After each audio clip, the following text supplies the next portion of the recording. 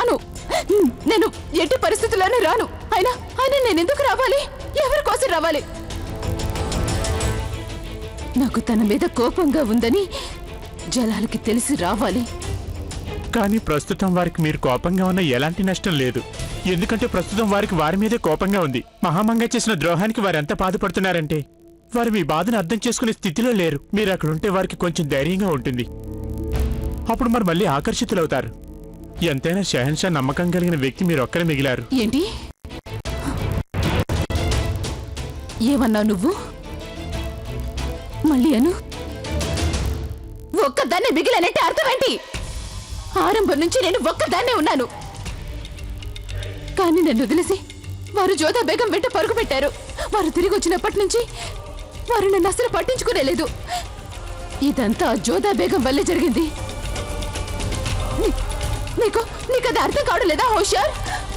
జలాల్ పూర్తిగా మారిపోవడం కనిపించడం లేదా? నిన్న రాత్రి జోధా బేగం ఈ మహల్లో లేనే లేదు. అయినా కూడా జలాల్ నిన్న రాత్రి ఆవిడ గదిలోనే గడిపారు. చివరికి మహామంగకి శిక్ష వేయడానికి కూడా సిద్ధపడ్డారు వారు. అదంతా కేవలం జోధా బేగం వల్లే జరుగుతుంది. కేవలం ఆవిడ వల్లే. ఇది మహామంగ విషయమా లేక జోధా బేగం విషయమా అనేది నాకు తెలియదు హుజూర్. కానీ ప్రస్తుతం షహన్షా చాలా ఆందోళనలో ఉన్నారు. అలాంటి పరిస్థితులు మీరు వారి వద్ద ఉండటం చాలా ముఖ్యం. వారు మహామంగకి ఏం శిక్ష వేస్తారో చెప్పలేం. ఆగ్రా నుంచి బయటికి పంపించేస్తారో లేక పవిత్ర మక్కాకి పంపించేస్తారో లేదంటే కారాగారంలో పడేస్తారో తెలీదు.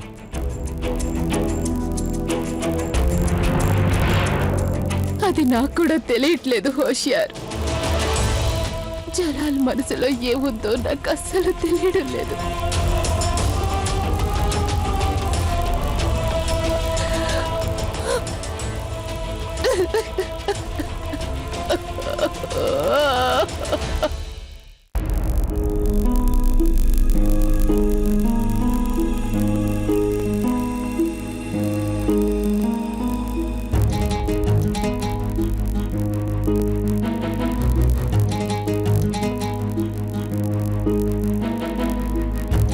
హెచ్చరిక!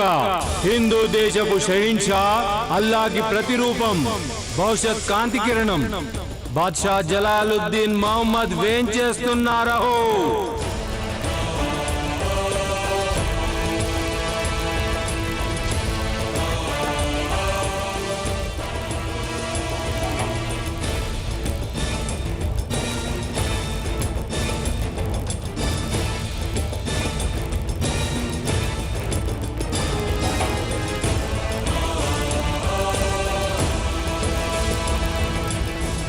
నిందితురాలు మహామంగని మా సమక్షంలో ప్రవేశపెట్టండి.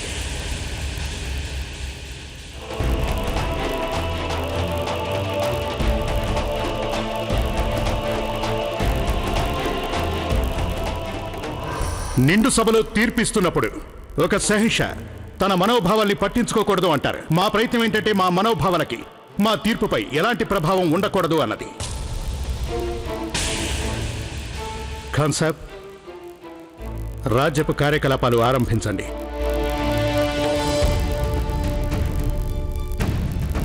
ఆదం ఖాన్, మిమ్మల్ని మీరు అదుపులో ఉంచుకోండి.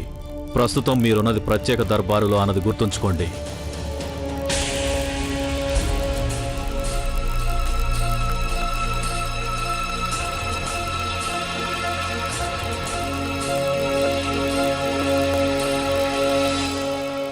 ఆదాబ్ షహన్షా.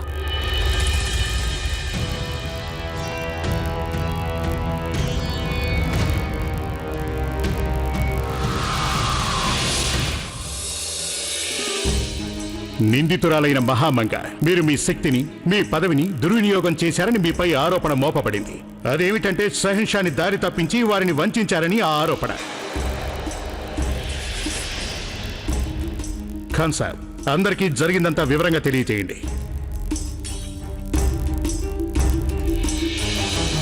అందరూ శ్రద్ధగా వినండి. మహామంత్రి మహామంగ గారు తమ శక్తిని, తమ పదవిని నిరుపయోగం చేసుకుని నేరానికి పాల్పడినట్లుగాను రుజువైపోయింది. అంతఃపురానికి కొత్త నపుంసకుల్ని సేవకులుగా నియమించే బాధ్యత ఆవిడపై ఉంది. ఆ బాధ్యతను నిర్వహిస్తున్న వేళలో పనికి వచ్చిన నపుంసకుల్లో ఒక మగవాడున్నాడని ఆవిడికి తెలుసు. రాజపుత్ర వంశస్థుడైన సుజామల్లున్నాడని.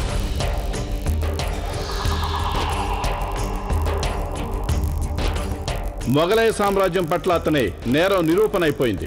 కానీ మహామంగ గారు ఆ సుజామలని నపుంసకుడి వేషంలో అంతఃపురంలోకి రానిచ్చారు.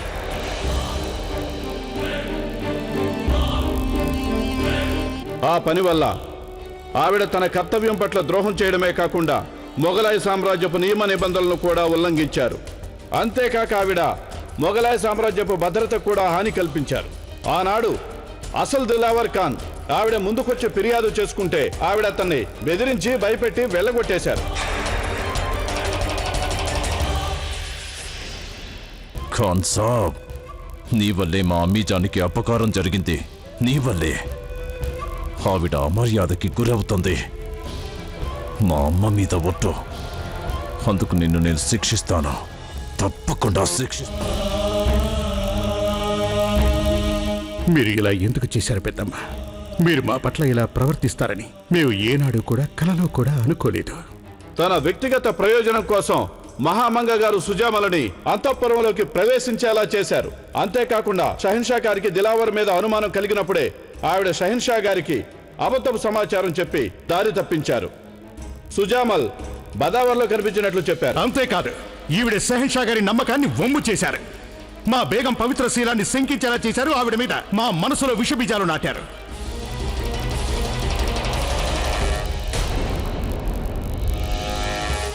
ఈ ఆరోపణలన్నీ మీ మీద నిజమేనని రుజువైపోయాయి. కానీ మొఘలాయి ఆనవాయితీ ప్రకారం నిందితుడికి చివరిసారిగా తన వాదన చెప్పుకునే అవకాశం ఇవ్వబడుతుంది. అందుకని చెప్పండి, మీపై వచ్చిన ఆరోపణల గురించి ఏం చెప్పదలుచుకున్నారు మీరు?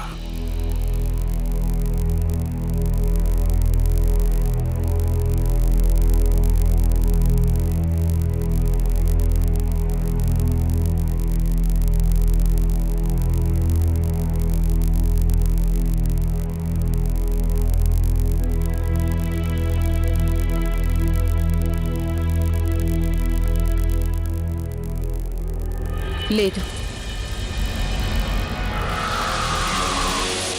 ఖాన్ సాబ్ గారు, ఇప్పుడు నాపై చేసిన ఆరోపణలన్నింటినీ నేను అంగీకరిస్తున్నాను షహన్షా.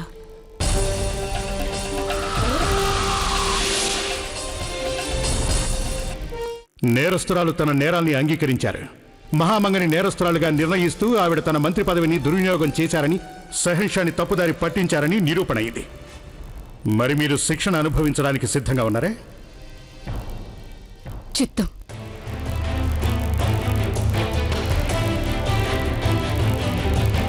మీరు మీ కర్తవ్యాన్ని నిర్వర్తించడంలో విఫలం చెందారు. మీరొక మగాన్ని నపుంసకుడి వేషంలో మొఘలాయి అంతఃపురంలోనికి ప్రవేశించనిచ్చారు. అందువల్ల నేటి నుంచి మీరు ప్రభుత్వ కార్యకలాపాల్లో, మొఘలాయి సామ్రాజ్యపు వ్యవహారాల్లో ఎలాంటి జోక్యము చేసుకోకూడదు.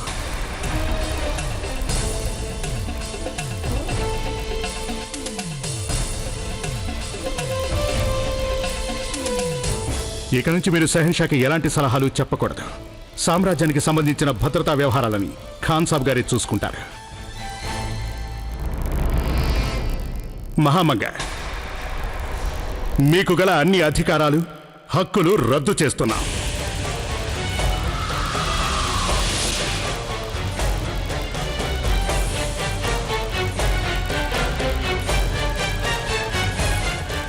ఎందుకంటే గతంలో మీరు మా సామ్రాజ్యానికి ఎంతో సేవ చేశారు. మేము మీ విశ్వాస పాత్రతని దృష్టిలో ఉంచుకుని మీకు ఎలాంటి కఠిన శిక్ష విధించడం లేదు. మీరిక వెళ్ళవచ్చు.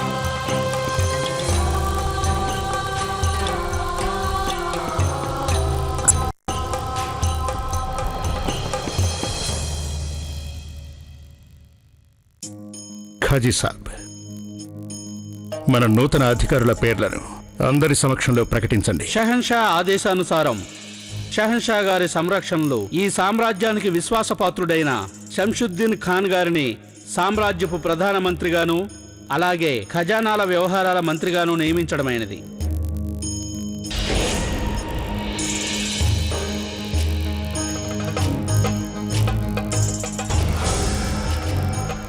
ఇంతేకాకుండా జౌన్పూర్, తారా, కాబూల్, గాంధారం, పంజాబ్తో సహా మిగతా అన్ని ప్రాంతాల్లో గల సంస్థానాలకి మొఘలాయి ప్రతినిధిగా మునీం ఖాన్ని ప్రధానాధికారిగా నియమించడమైనది. అలాగే వారిని సామ్రాజ్యపు ప్రధాన దివాన్గా నియమించడమైనది.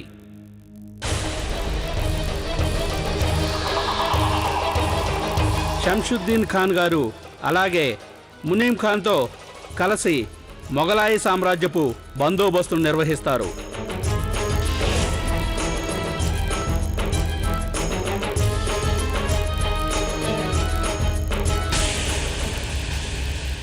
అమీజాన్ తన జీవితాన్ని మొఘలాయి సామ్రాజ్యానికి అర్పించింది. ఆ జలాల్ని ఎంతగానో ప్రేమించింది. అందుకు ఇదేనా ఆవిడకి లభించిన ఫలితం. ఇక నేను సహించబోయేది లేదు. అమ్మీజాన్ అవమానానికి తగిన ప్రతీకారం తప్పకుండా తీర్చుకుంటాను. నేను అమ్మీజాన్ వల్ల మౌనంగా ఉండిపోయాను, కానీ ఇకపై బహిరంగ తిరుగుబాటు జరుగుతుంది. బహిరంగ తిరుగుబాటు జరుగుతుంది. పగ తీర్చుకునే చర్యలకి ఆరంభం శంషుద్దీన్ ఖాన్ సాబును చంపడంతో జరుగుతుంది. అతను మా అమ్మీజాన్ మీదే ఆరోపణలు చేసే నేరానికి పాల్పడ్డాడు. అతని తల నరికేసి రుజువు చేస్తాం. మా కరవాలం అతని తెలివి కంటే వాడి అయిందని. అమ్మీజానికి జరిగిన అవమానానికి తప్పకుండా పగ తీర్చుకుంటాం. వద్దు ఆదం ఖాన్. ఈరోజు ప్రశ్న, రాజా బార్మల్ అల్లుడి పేరేంటి? ఏ అక్బర్, బి ఆదం ఖాన్. ప్రస్తుతం జలాల్కి వ్యతిరేకంగా ఎలాంటి తిరుగుబాటు చేసినా అది మనందరికీ నష్టం కలిగించేదే కాగలదు. అమ్మీజాన్, ఇంత జరిగిన తర్వాత కూడా నువ్వు నన్ను అడ్డుకుంటున్నావా? నాకు ప్రతీకారం కావాలి అమ్మీజాన్, ప్రతీకారం. ఆదం ఖాన్ సరిగ్గానే చెప్పారు అమ్మీజాన్. ఆదం, నేను నీ మనోభావాలన్నీ గౌరవిస్తాను, కానీ ఇది అనుకూల సమయం కాదు. ఇక్కడున్న స్థితిలో మనం పోగొట్టుకున్న దాని గురించి ఆలోచించటం కంటే ఇంకా మనం ఏం దక్కించుకోగలమో దాని గురించి ఆలోచించటం చాలా మంచిది. అర్థం చేసుకోవడానికి ప్రయత్నించాదాం. నేను నా పదవిని కోల్పోయాను, నా అధికారాన్ని కోల్పోయాను, కానీ నీదేం పోలేదుగా. జలాల్ దృష్టిలో ఇంతకు ముందు నీకెంత విలువుందో ఇప్పుడు కూడా అంతే విలువుంది. నువ్వు ఆ విలువను కాపాడుకోవాలి. నువ్వు నేను బాగుపడాలంటే అది కాపాడుకోవడం చాలా అవసరం. మీరు మీ పదవి పోగొట్టుకోలేదే. జలాల్ మిమ్మల్ని మహామంత్రి పదవి నుంచి తొలగించలేదే. నీ మాటలు వింటే నవ్వొస్తుంది షాబుద్దీన్. జలాల్ నా హక్కుల్ని, అధికారాల్ని రద్దు చేశాడు. పదవి అంటావా? పదవి ఒకటే మిగిలింది నాకు. మహామంత్రిని నేను, కానీ పేరుకి మాత్రమే మహామంత్రిని. ఇలాంటి పరిస్థితిలో ఇప్పుడు ఎవరు ఏమీ చేయకూడదని నా నిర్ణయం. ఇక నేను ఆదం ఖాన్తో ఒంటరిగా మాట్లాడదలిచాను. అందువల్ల మీరంతా వెళ్ళొచ్చు.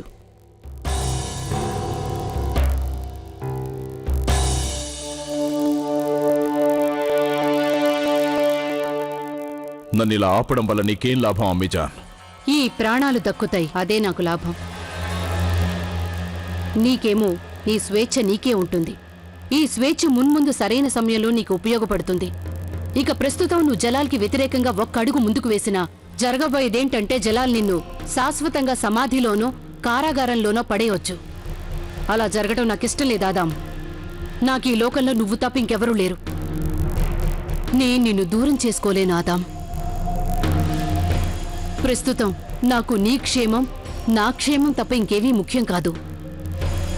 ఇక నువ్వేం చేస్తావు అమ్మీజాన్? ఆ జలాలను వెళ్ళడానికి అన్ని ద్వారాలు మూసివేశాడు. అయితే నీకు కూడా తెలిసే ఉంటుంది ఆదాం, ఒక ద్వారం మూసుకుపోయినప్పుడల్లా మరొక ద్వారం తెరుచుకుంటూనే ఉంటుంది. మూసి ఉన్న ద్వారాన్ని చూస్తూ కూర్చోవడం తప్ప తెరిచి ఉన్న ద్వారాన్ని పట్టించుకొని వాళ్ళు తెలివి తక్కువ వాళ్ళు కాగలరు. నేను ఆ రెండవ ద్వారం ఎక్కడుందో కనుక్కున్నాను ఆదాం. నువ్వే చూస్తావుగా. నీకు నాకు ఎంతో బలం చేకూరబోతోంది. ఇక మన అధికారాలు గతంలో కంటే ఎక్కువగా ఉంటాయి. ఎలా అమ్మీజాన్, ఎలా? అది నేను నీకిప్పుడే చెప్పలేను. సమయం కోసం వేచి చూడు. ఈసారి కనుక నేను నా ఎత్తుగడలో సఫలమైనట్లయితే మనకు వచ్చిన లాభమేంటో అప్పుడు నీకే తెలుస్తుంది ఆదాం.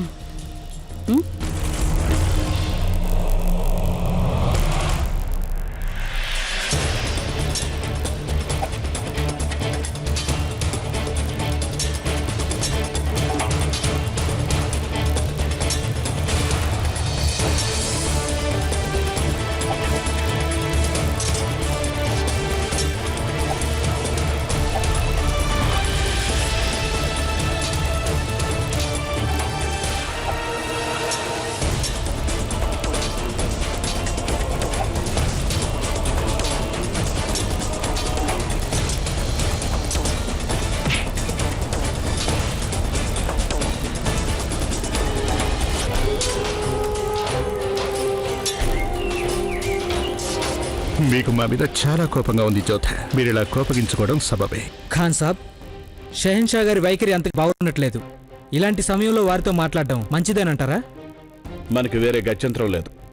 షహన్షా గారి అభ్యాసం పూర్తయ్యే వరకు మనం వేచి ఉండక తప్పదు.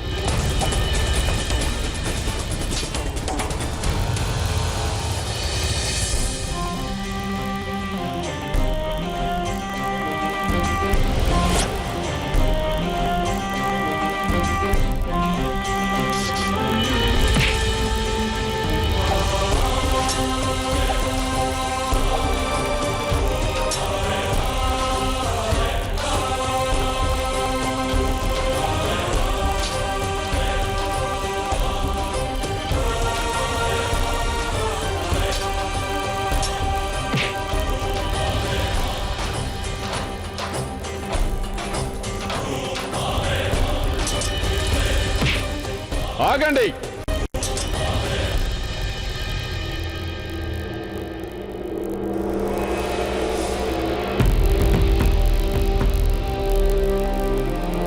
ఏంటిది ఖాన్ సాబ్? తప్పైతే క్షమించండి హుజూర్. బహుశా మీకు తెలియదనుకుంటాను, మీరు గాయపడి ఉన్నారు.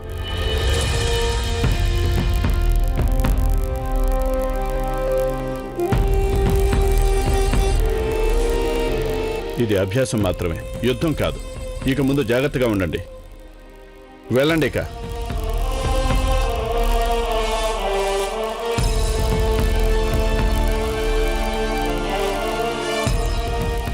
వాళ్ళ తప్పేముంది ఖాన్ సాబ్? వాళ్ళని ఆదేశించిన విధంగానే వాళ్ళు అనుసరిస్తున్నారు. మేమే మా ధ్యాస తప్పిపోకుండా ఉండవలసింది. షహన్షాకి ఒక్క గాయమైనా అది మొత్తం సామ్రాజ్యానికే బాధను కలిగిస్తుంది. షహన్షా, ఏమిటి మీకు ఆ పరధ్యానం? ఖుదా దయ వల్ల ఇది కేవలం అభ్యాసమే. అదే యుద్ధమై ఉంటే మీరు తీవ్రంగా గాయపడి ఉండేవారు.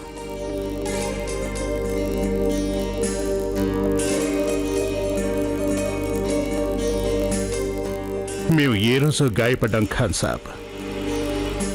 జోధ బేగం మాతో రాను అన్నప్పుడే మేము గాయపడ్డాం. అయినా ఒక రకంగా ఈ గాయం తగిలినందుకు మాకు సంతోషంగా ఉంది. కనీసం ఇదైనా మాకు జోధ బేగంని జ్ఞాపకం చేస్తూ ఉంటుంది. ఆవిడ గనక ఇప్పుడు మాతోని ఇక్కడే ఉండి ఉంటే స్వయంగా తన చేతులతో ఆవిడ ఔషధం రాసి ఉండేది. సరే, ముందు మాకు విషయం చెప్పండి. మీరిక్కడికి ఏదో పని మీద వచ్చినట్టున్నారు. ఇది చెప్పడానికి సరైన సమయం కాదని తెలుసు. మీ ఆలోచనలు ప్రస్తుతం ప్రశాంతంగా లేవు. కానీ సామ్రాజ్యంలోని కొన్ని వ్యవహారాల్లో మీ జోక్యం తప్పనిసరిగా ఉండి తీరాలి.